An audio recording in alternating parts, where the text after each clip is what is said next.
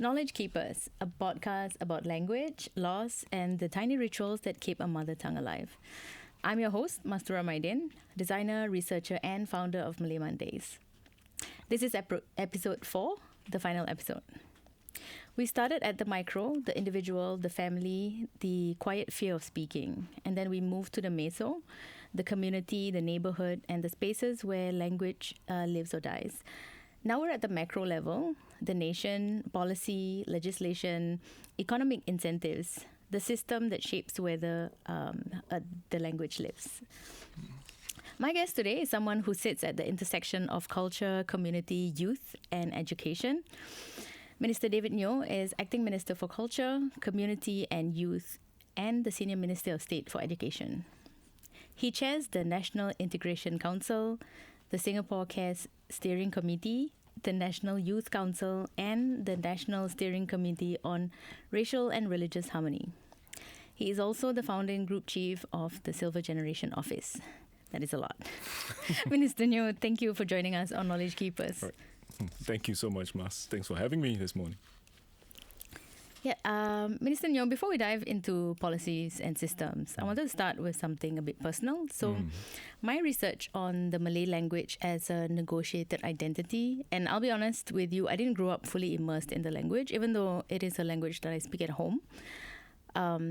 It is now, as an adult, that's something that I kind of regret, right? I should have been a bit more immersed in the culture, the language, and I've spoken to many young people who feel the same. Like, it's a quiet grief for something that they didn't realize they were losing until a bit too late.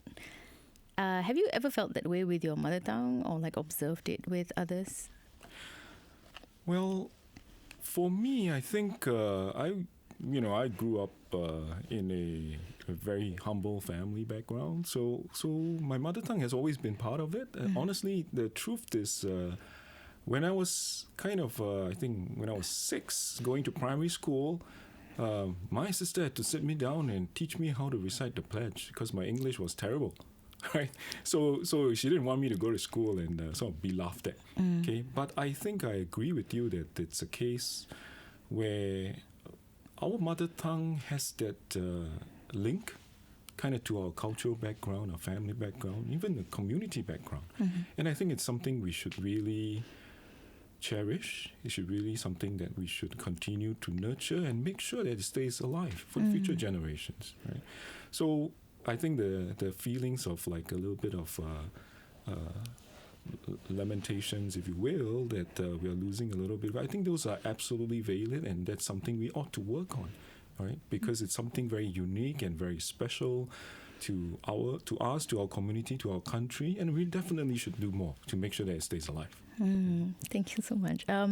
So you speak English, Mandarin, Malay, and Hokkien. Yes. That is impressive. What circumstances led you to speak Malay? That's a great story. So about slightly more than 20 years ago, right, I was serving the armed forces.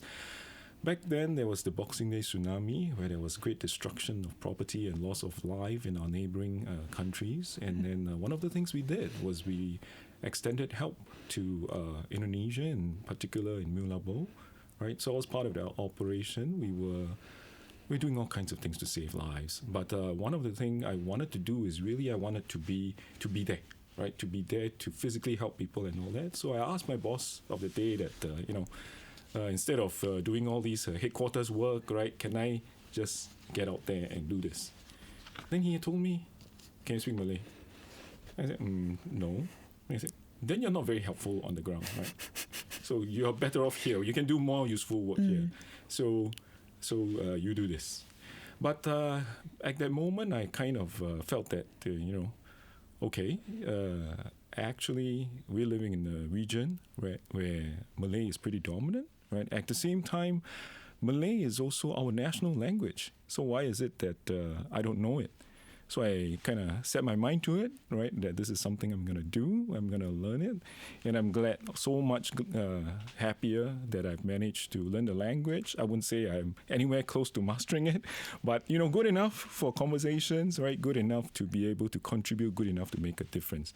And I feel like once I understood the language, it just kind of opened up a whole new vista, a whole new horizon in terms of understanding the things that I see around me, right? The richness of our heritage and culture, even simple little things like when, you sing the national anthem, I think it just means so much more, right? Okay, that's truly inspiring. So it's a very a selfless reason for why you actually chose to do this, but like I'm really glad it benefited you like personally as well. Yeah.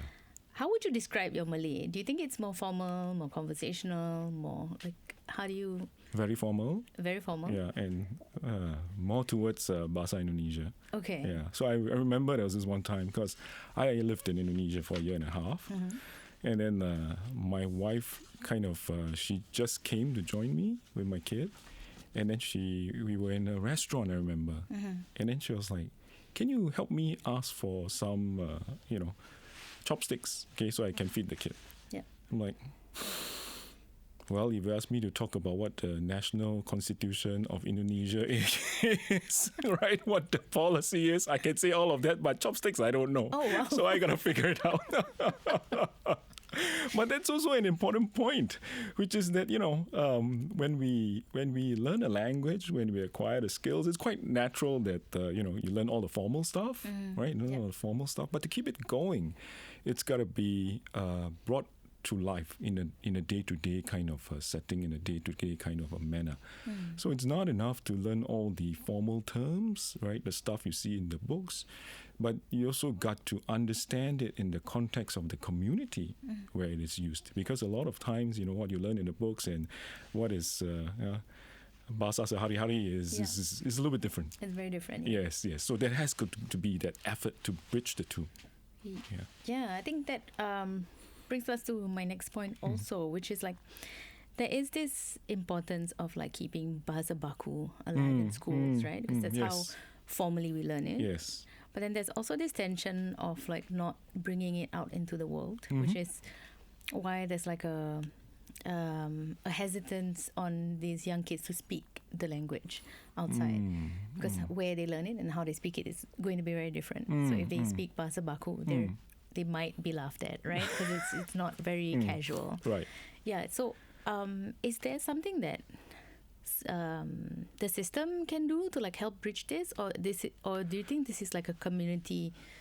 No. I think with all these things, I don't think it's either one way or the other. Okay. It's always a case whereby we need the system, the government, and the community to come together to kind of make it work. Right. I think bahasa baku is absolutely relevant. Something we need. We do need to teach it to our children, our next generation that way. And because there will be places and there will be areas where you have to use it, right? And for example, when you read Berita Harian, it's not going to be, So there's that. And the schools, will have to do that. But I think what is also important is that we should also help our kids understand and contextualize the settings in which bahasa sehari-hari is being used, and also create that environment and that sandbox, in schools for them to be able to do that. So I think, for example, in the schools, I think we're trying to. There's a 2-week period, right? I think it's a mother tongue fortnight, where they really try to give our kids the experience. It's like it's a safe place, if you will, for them to practice, to try, but the language, the mother tongue, in the community context in which it is used. And I think. Along with that, so it's that 2 weeks, but along with that, it's also how we design our syllabus. So like in our Malay syllabus, I think we've designed it in a way where there are actual scenarios and role plays whereby the use of the language mirrors that of a day-to-day conversational setting.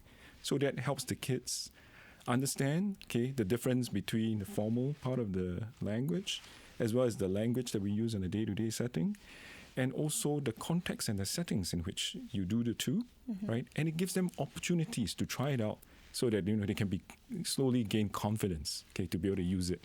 Yeah. And I think that's what you want. Yeah. Right? Yeah. So that's a really good balance. Yeah. Okay. So you also mentioned that, your bahasa is also very formal, right? Yes. So I actually need a tutor to help me make it less formal. Oh, okay. Is that something you're still working on? It's something I'm still working on. Oh, yeah, okay. and of course, the makciks in our neighborhood will give me a lot of practice as well. Okay. Oh, he wasn't pointing at me when he said makciks. No, this is our makciks in our neighborhood. Yeah. Okay. Also, do you feel like you have a, because you speak 4 different languages, do you think you have a different kind of personality in different languages, or like a different facet of your personality in? Yes, I think you naturally would do, because our languages are so much tied to our respective cultures. Yeah, so I think it's quite natural when you speak a language, there will be that certain slight personality shift, right, to kind of fit the culture. And so like for example, I would say that the Malay language is extremely relational, right? It's a very, very community, very polite kind of a language.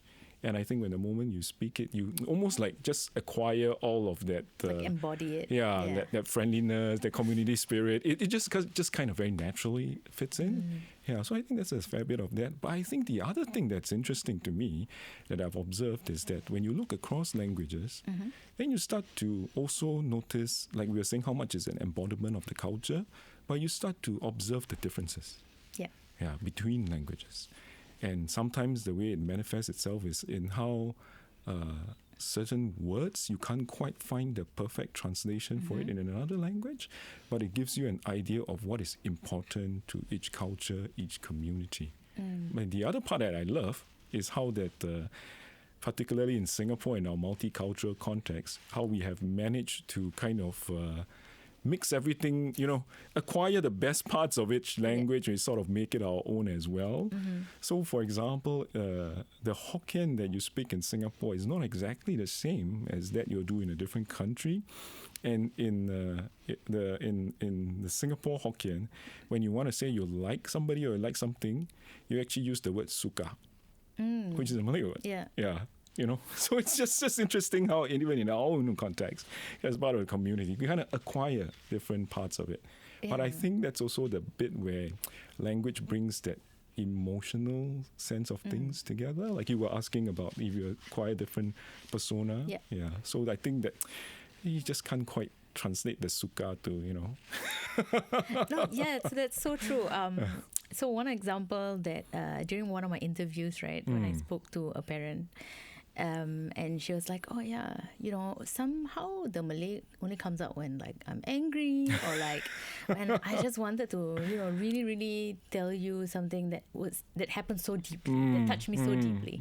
Or like there's something that is very emotive. Yes. Because like, yes, we're used to speaking English quite a lot, I think, in Singapore. I think for the most part of like day-to-day or like admin things, work stuff, it's all in English. But then the minute like you feel something's wrong, you go to your mother tongue. And I think that's like across all languages. That's right. Might be relevant. Yeah. So you were the founding group chief of the Silver Generation Office, and you've worked directly with seniors. What did you learn from that experience about what the elders need to feel valued and connected? So I think that's a very good segue into this part of it. You find that for a lot of our pioneer generation seniors, well, first of all, I think they have contributed greatly to the building of the nation. I mean, we can have all the wonderful things that we see today because they really did their part to build this so that we can have what we have today. And you find that for the pioneer generation, a lot of them are a lot more comfortable in their mother tongue than, for example, in English. And in my work in the office over the years, we've discovered that with a lot of things with people, it's always this thing about trust and relationships. I mean, you can want to tell me a whole bunch of stuff about how great the policy is, what it can do for me, how it can take care of my healthcare needs. But I really don't start listening until I feel like I can trust you, right? That we do have a sort of a relationship. Then I start paying attention to what you say. And our observation back then we were working was that when you're able to communicate with the seniors in the language that they are comfortable with, and usually these are the mother tongues, they are so much more receptive and paying so much more attention to what you're trying to tell them. So that was quite an eye-opening experience, I would say, for me. And then we would spend, back then, we spent quite a lot of effort trying to find volunteers who were conversant in the mother tongue, so then we can go out and reach out to, because there were so many Pioneer Generation seniors that we wanted to reach out to, 650,000. So it really needed to be a very intensive volunteer recruitment effort. And but the moment you do those engagements and those conversations in the mother tongue, it's just so much more natural. It was just, and I would say that it is something that's not just for the seniors, even for the volunteers themselves, they just feel so much closer, right? And I think there was a lot of wonderful things that happened in terms of that building of that relationship, that intergenerational learning, right? And we also have, after this thing went for a while, some of the stories were shared and all that, then we have a lot of young people actually stepping forward to say that, hey, I want to be better at my mother tongue, right? So that I can really contribute more to help the Pioneer Generation. So that was, I think it's a little bit of the manifestation of what we were talking about. Yeah. How like it really embodies that culture, that feeling, that emotion, that sense of closeness. Okay, that's such a great point. Especially the like they feel like they could share a bit more in their own language. And you reminded me. Yes. I had one instance where I was knocking on the door of a pioneer, right? And she was at first very, very hesitant, and she kind of like, oh no, okay, no problem, right? Yeah. But, I could sense something was not quite right. But the moment I started speaking to her in Malay, suddenly everything changed. It's like, oh, okay, he invited me in, sat down, have a chat, and all that. And in that instance, she actually had something that was worrying her, was that she received a letter from the government. It said on government service. So she knew this is from government, pemerintah, okay, important. But she couldn't read it. And she became very worried.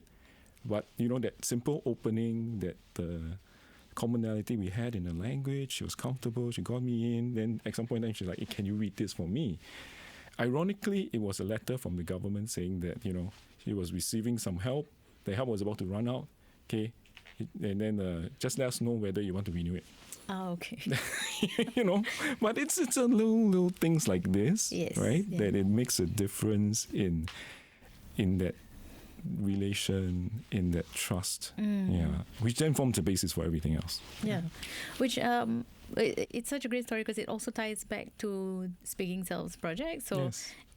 In Speaking Selves, we have the mailbox and the telephone booth where we have stories from seniors, right? And the youth can like write to the seniors and get responses from them.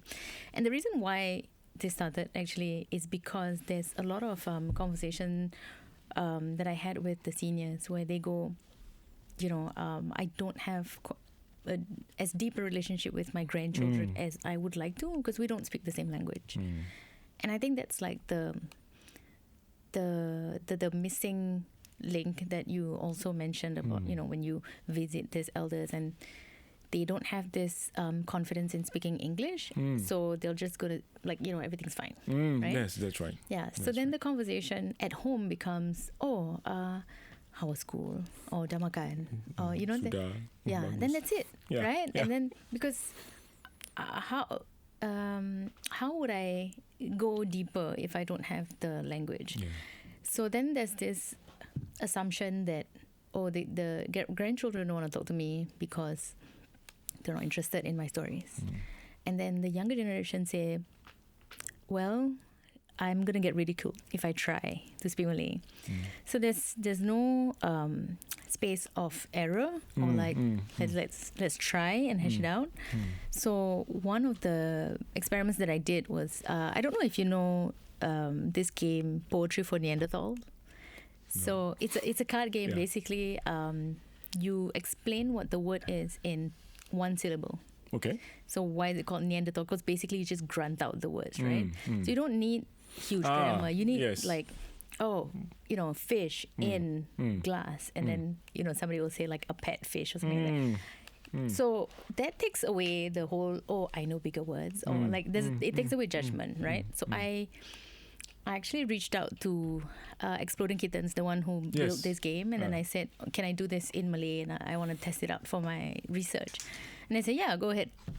So I did two syllables in Malay, and I played it at every like family function I could get, and immediately there's like less tension in Excellent. Grandparents and like grandchildren talking to each other, because if you don't get the word, it's not because you don't know it, it's because that's the game. It's a difficult game. You have to specifically look for two-syllable words. And that's where the fun is, right? Yeah. And then when people laugh at you, it's not because it's a judgment. It's because it's funny, because it's a game, right? That's right. And then from there, then I realized, we just need a safe space. And whether it is from games, whether it's from like anonymous connections through like the postcards that I'm working on right now, I think there is this need for connection. I think on both sides, there's this desire for connection, but just not sure how to move past it. And we also talked about like how language shapes our culture as well. And because these generations speak different languages, they also have different cultures. Yes. Right? Because we consume more English media, we might not be as traditional, etc. So I think there's this culture shock as well between two generations, which is huge, because the shift is only like maybe 50 years, right? And there's so much change that's happening. So I think there's a lot to do with like confidence in speaking as well. Absolutely. And we do see that there's this like desire to like connect. It's just that how do we do that? Yes. No, and the stuff you did is absolutely wonderful. I mean, a lot of times it's just what can we do to kind of either to facilitate this or to spark this. And I think the usage of a game is perfectly wonderful, because things like this, it speaks to all generations, right? I mean, everybody wants to play a game, right? Everybody wants to have fun. Everybody wants to be, in that kind of a space. So I think, it's always about looking for that bridge to facilitate that little spark to make things better. Yeah. Are you going to produce that on a larger scale? No. I mean, I can't, because that's an Exploding Kittens game. But they okayed it for research. So I learned a lot, I think, definitely from that. Okay, so we'll move a little bit more into the national landscape. When a language declines, we talk about the loss of like words, the loss of stories and proverbs. But on a national scale, what does that actually mean? Is there a cost to Singapore when a community loses its mother tongue? Oh, absolutely. I think, Singapore is a very unique place, right? We have different people of different race, different language, different religion come together, but yet we are able to be one united people. And in that, over the past 60 years of nation building, we have kind of defined for ourselves what it means to be one united people, what it means to be each community, with its own distinctive heritage, culture, language, but anchored in a multicultural context. We had some examples earlier whereby popular words, because we are in the same community, right? Popular words from different languages actually cross over into the vocabulary of that a different community, right?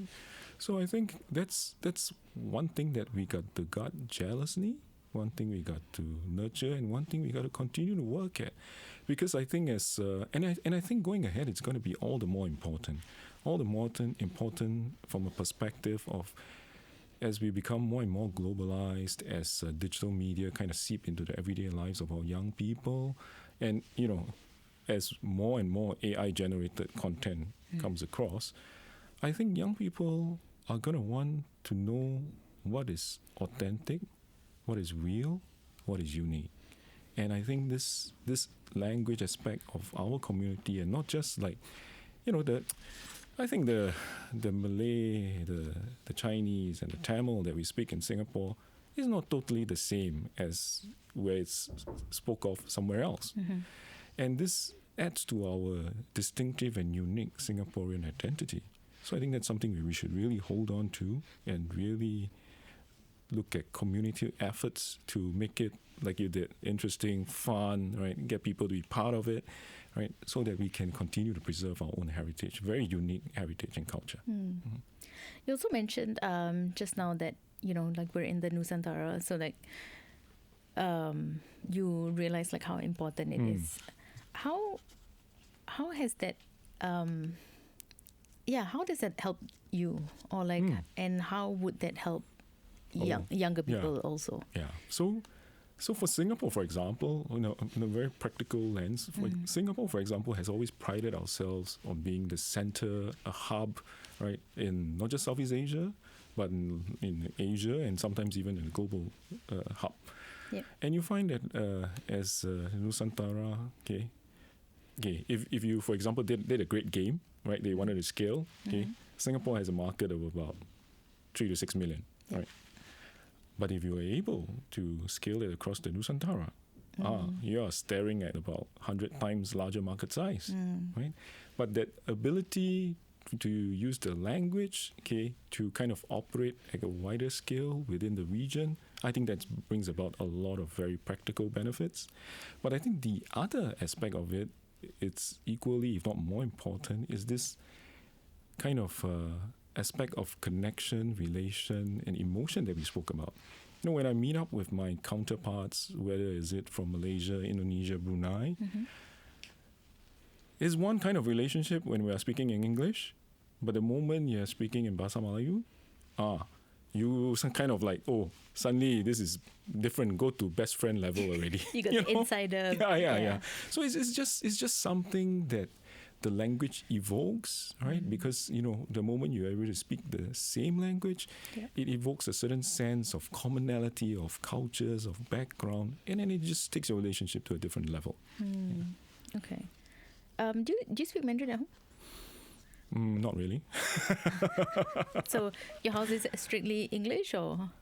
So my house is largely English, but with my parents, that's where it is kind of Hokkien based. Okay. Okay. So in strengthening our mother tongue languages, including Mandarin, of course, what does the government and the community each play, and like what roles do the government and the community each play, and why is that important to work hand in hand?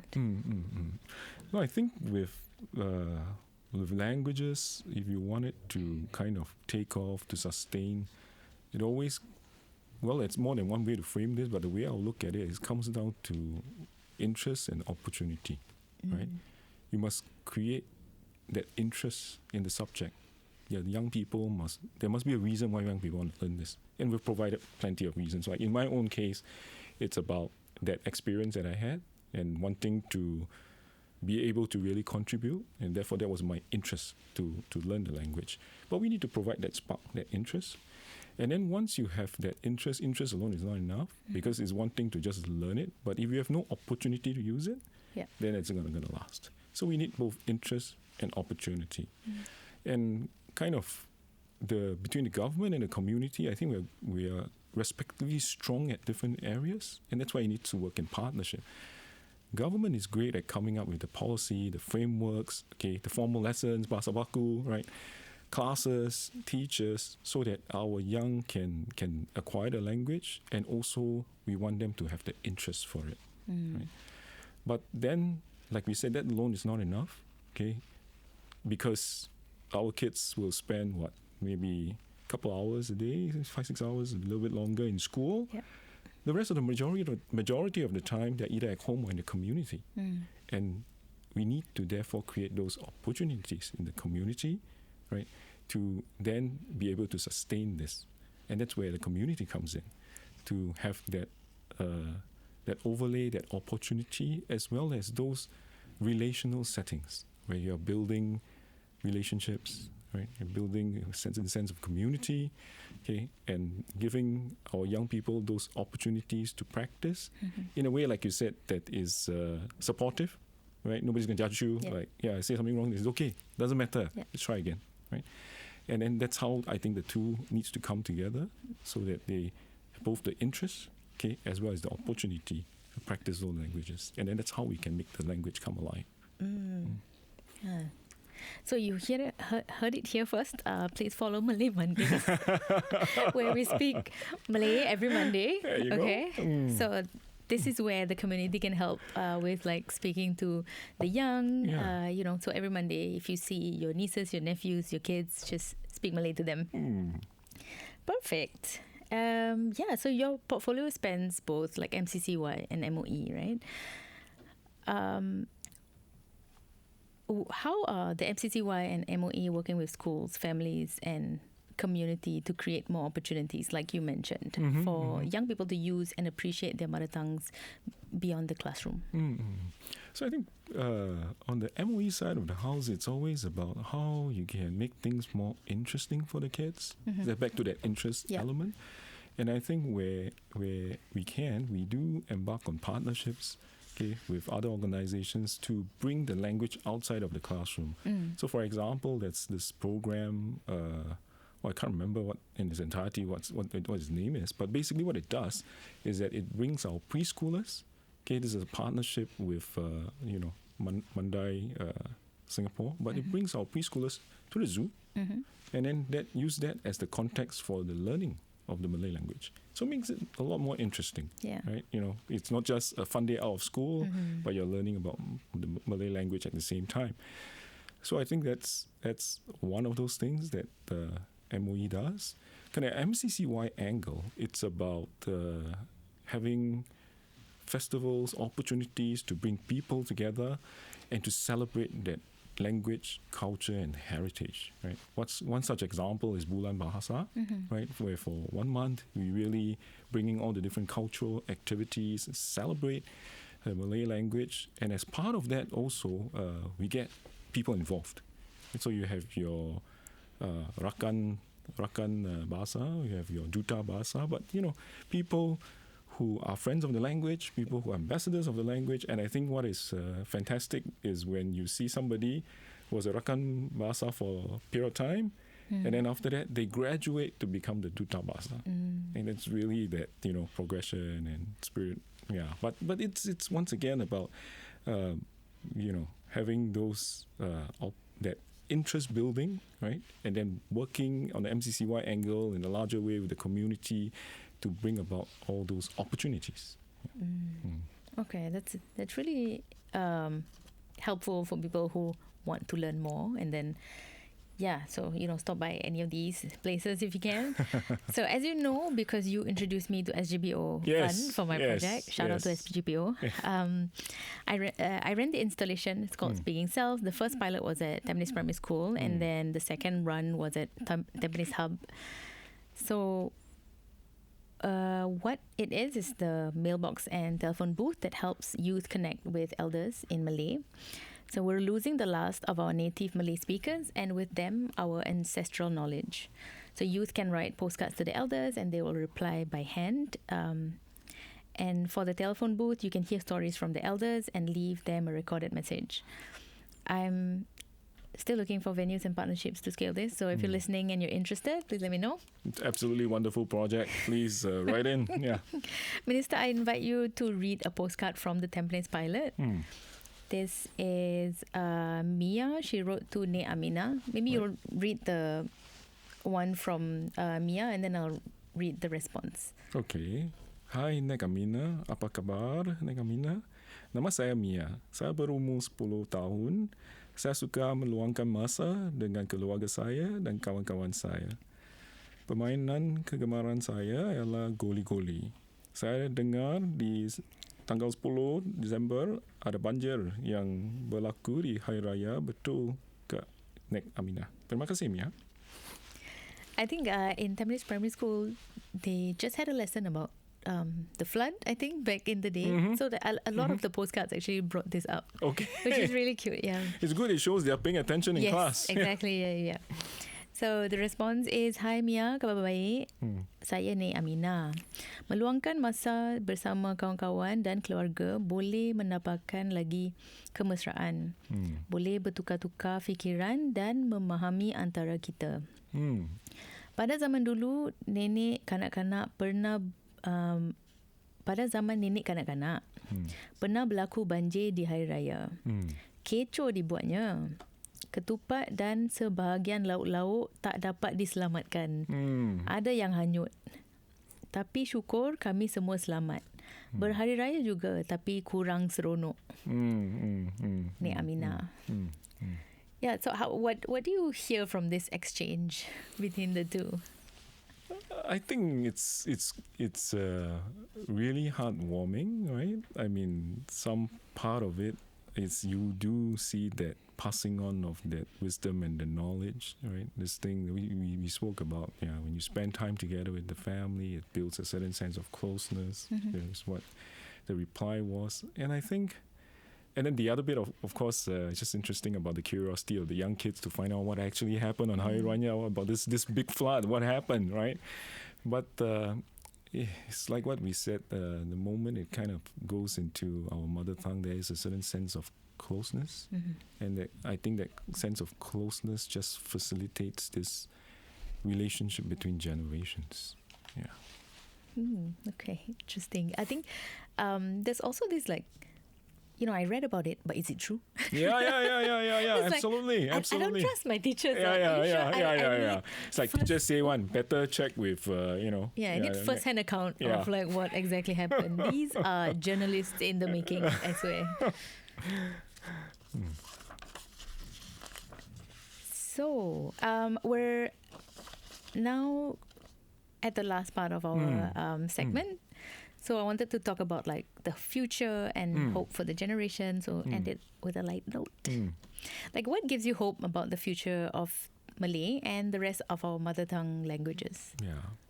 No, I think what gives me hope is the fact that I think our young people, our young generation, I think because of the kind of very connected and digital world in which they are growing up in, and increasing numbers of these AI-generated content and all that, they're really looking for something authentic. Something authentic, something unique, something distinctive. And I think this is where our mother tongue languages, with the way it's tied up into our culture, our heritage, and our community spirit, I think it really offers them something. And I think we can see in increasing interest of the young people to want to learn to know this. The question is, how are we as a government, as a community, as a people, going to try to facilitate this, right? Either through initiatives like yours, Speaking Selves, Malay Mondays, okay, to really capitalize on this and to make sure that we continue to nurture this very unique and distinctive part of our Singapore identity. And, just like how, when I first saw your project, it was absolutely wonderful. And we talked about government and community coming together, right? There's no way somebody in government would have thought of, why don't we teach Malay through having kids speak to a telephone or, mail postcards and all that. Yeah. But that's where the magic happens. That the government will provide the frameworks and the support for the community to bring the ideas to life. Yeah. So I think more of that's that opportunity, like we mentioned, because young people are interested. But then let's have more of the partnerships between the government and the community together, and then let's enable ourselves to take it forward. So I think what you mentioned about SGPO, I think that's wonderful. We hope to see more and more of these ideas being carried out and being actualized. Yeah. Okay, thanks so much. There's like a huge parallel between what you said about the need for authenticity, right? And during my research, that was also my conclusion, that the reason why I went back to postcards and the telephone booth is actually more and more young people want to be offline. There's Yes. all this trend about like having dumb phones where they can, Yes. get off the internet, Yes. basically. I know a young person who went to buy cassettes. Yes, And I'm it's like, coming back. Yeah, I'm like, why do you buy cassettes? Right? How are you going to play this? Well, don't worry, I'll buy the Walkman. It's like, but it's a desire for authenticity. Yeah. Yeah. And I think I thought they would be interested, but I didn't know how much they would be interested in this because some of them apparently has never seen an actual telephone, which surprised me because I thought like, yes, I mean, it's not normal now, but like Yes. surely your home would have had a home phone before you had a mobile phone, right? Because that's what happened with me. Like I had a home phone, and when one of the recordings actually said like, oh my god, look, it's a real phone, that blew my mind when I heard it. And they were so like enamored with like the buttons and the physical buttons, right? Yeah, so I think that it is true that I think we're sort of like we're liking the retro again, which is Yes. great. I wouldn't say it retro. I would say the authentic stuff, the real stuff. Yeah. yes, that too. If not, I become very retro. Yeah. Yes. Okay. So, what would you say to somebody who has thought of an initiative but is unsure on how to go about doing it? Like, No. what's the first step? Well, I would say I think the first step is that the journey of 1,000 steps begins with a single one, right? But really just put some of the ideas down on paper and then go talk to somebody, right? Talk to somebody. Chances are you will find somebody, even somebody who's wildly successful, somebody has that same difficulty, that same conundrum, that same dilemma, that same difficulty that you're kind of facing now. And they will give you very helpful suggestions to point you in the right direction. And I think the other thing I would say is that actually currently there are quite a number of resources available to all young people who have an idea, who want to make a difference, to support them to help take that idea forward. I think SGPO is one that you mentioned, right? It can really not just resource, but also help put you in touch with the people who can add to your idea and your project. But another one is through the National Youth Council with the Young Change Makers grant. Right? When you want to have an idea that can make a difference in the community, just go to them and they'll be happy to, like I said, resource is one part of it. They're happy to resource you, but more importantly, they can put you in touch with people who have walked that path before. Yeah. Oh, that's really important. I think through this, I realized like, a lot of connections is super important. Yes. Yeah. And there are so many people who are willing to give a hand. And help. Yes. Yeah. If it's coming from me, just ask because. So now they can ask you too because you walked the path. And then I will ask Minister David Nyo because that's how we met, right? Yes. So I went to Meet the People session to ask if they could help me figure out like the town council stuff too, because I wanted to put my speaking cells installation at my void deck because it was still in like prototyping phase. So I wanted it as close to me as possible. And then when I met Minister Nyo, he said, "Oh, have you thought about funding?" I was like, "No." And he was like, "Yeah, you should." At first you said, go to National Youth Council. And I was Yes. like, "Sir, I am no longer youth, unfortunately." And then he said, there's SGPO as well. So yeah, thank you so much for like opening that up to me. No, I'm glad. And look what an impact your project has had on all these young lives. Yeah, and I couldn't have done it without you. Thank you so much. There's also, I think I'm also going to SGPO's like event tomorrow. There's like a change makers Yes. session, which will be interesting. When Yeah. you meet other change makers. Yes, and you exactly. have And more then ideas to. You'll have a community of Yes. change makers. Yes. That is so great. Thank you so much. Minister Nyo, thank you for being a knowledge keeper. You've helped us see the macro, the systems, the policies, and the national picture. I am struck by something like you mentioned earlier, like the policy can't make us speak a language, right? Because like you mentioned, like the community Yes. also has to be involved. Yes. So the policy can only create these conditions. The rest is up to us. And that, I think, is where like part of the hope lies. And that is the end of our 4-part series. We started with the micro, the individual, the family, the fear of and courage of speaking, and then the meso, the community. And finally, now we're at the macro, the systems, the policies, and the structures that enable or constrain. It has been a pleasure being your host. I am Masturah Maidin. Thank you so much, Minister Neo, for being here today and sharing with us like your knowledge as a knowledge keeper. Thank you for listening to Knowledge Keepers. Follow Malay Mondays on Instagram. And remember, on Mondays, we speak Malay. Yeah. Okay, that's it? Okay, cool. Lulus, yeah?